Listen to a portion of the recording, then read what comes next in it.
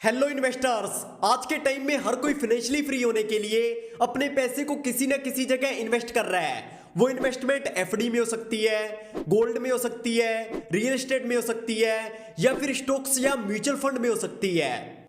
लेकिन हर किसी का इन्वेस्टमेंट करने का रीजन और गोल अलग अलग हो सकता है। जैसे कुछ लोग किसी प्रोडक्ट को बाय करने के लिए इन्वेस्टमेंट करते हैं, वहीं कुछ लोग फाइनेंशियली फ्री होने के लिए इन्वेस्टमेंट करते हैं और पैसे से अपने लिए काम करवाते हैं।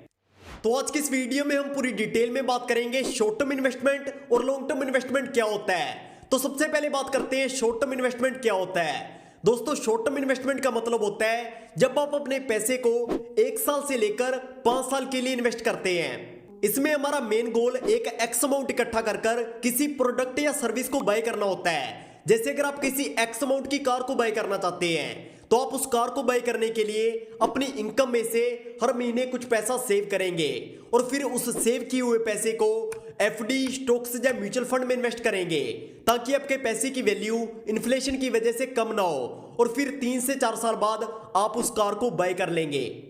लेकिन इसमें शॉर्ट टर्म इन्वेस्टमेंट करने का क्या फायदा होगा? तो सबसे पहले अगर आप इन्वेस्टमेंट नहीं करते हैं तो आपको 10 लाख की कार के लिए 4 साल बाद 2.5 लाख रुपए ज्यादा देने होंगे।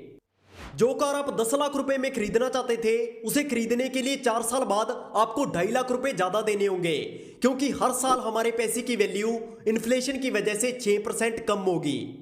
लेकिन अगर आप इन्वेस्टमेंट करते हैं तो क्या होगा, चलिए देखते हैं। अगर आप स्टॉक्स, म्यूचुअल फंड या गोल्ड में अपने पैसे को 4 साल के लिए इन्वेस्ट करते हैं और आपको उस पर हर साल 12% की रिटर्न मिलती है, जो कि इंडियन मार्केट में हमें बहुत आसानी से मिल जाती है, तो 4 साल बाद हमारे पास 3 लाख रुपए ज्यादा होंगे। यानी आप उसी अमाउंट से 10 लाख की जगह 13 लाख की कार को बाय कर पाएंगे। दोस्तों, यही फायदा होता है शॉर्ट टर्म इन्वेस्टमेंट का। अगर आप आने वाले 4 से 5 साल में कोई फोन, कार या घर बाय करना चाहते हैं तो आप शॉर्ट टर्म इन्वेस्टमेंट कर सकते हैं।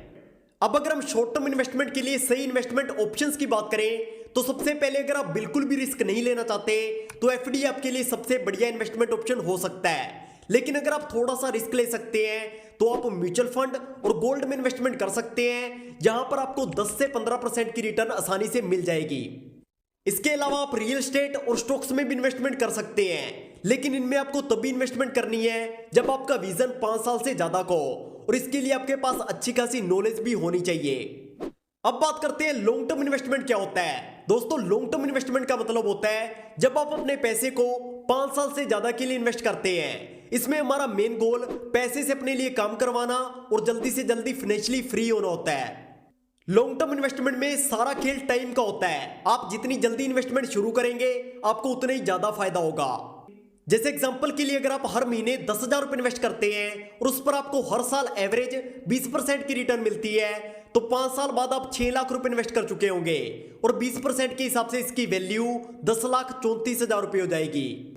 10 साल बाद आप 12 लाख रुपए इन्वेस्ट कर चुके होंगे और 20% के हिसाब से इसकी वैल्यू 38,23,000 रुपए हो जाएगी।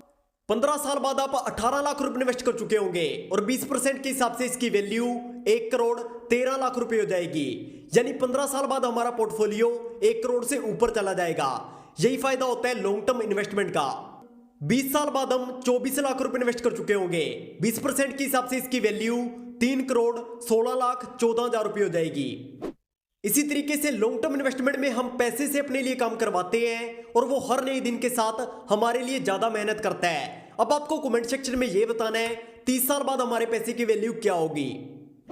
हमने एग्जांपल में आपको 20% की रिटर्न दिखाई थी, लेकिन 20% की रिटर्न कोई बैंक नहीं देता है। इसके लिए आपको अपने पैसे को अच्छी से अच्छी जगह इन्वेस्ट करना पड़ता है। जैसे अगर आपके पास इतना टाइम नहीं है कि आप कंपनी के बिजनेस मॉडल को समझे, कंपनी के फंडामेंटल्स को समझे, तो आप म्यूचुअल फंड में इन्वेस्टमेंट कर सकते हैं।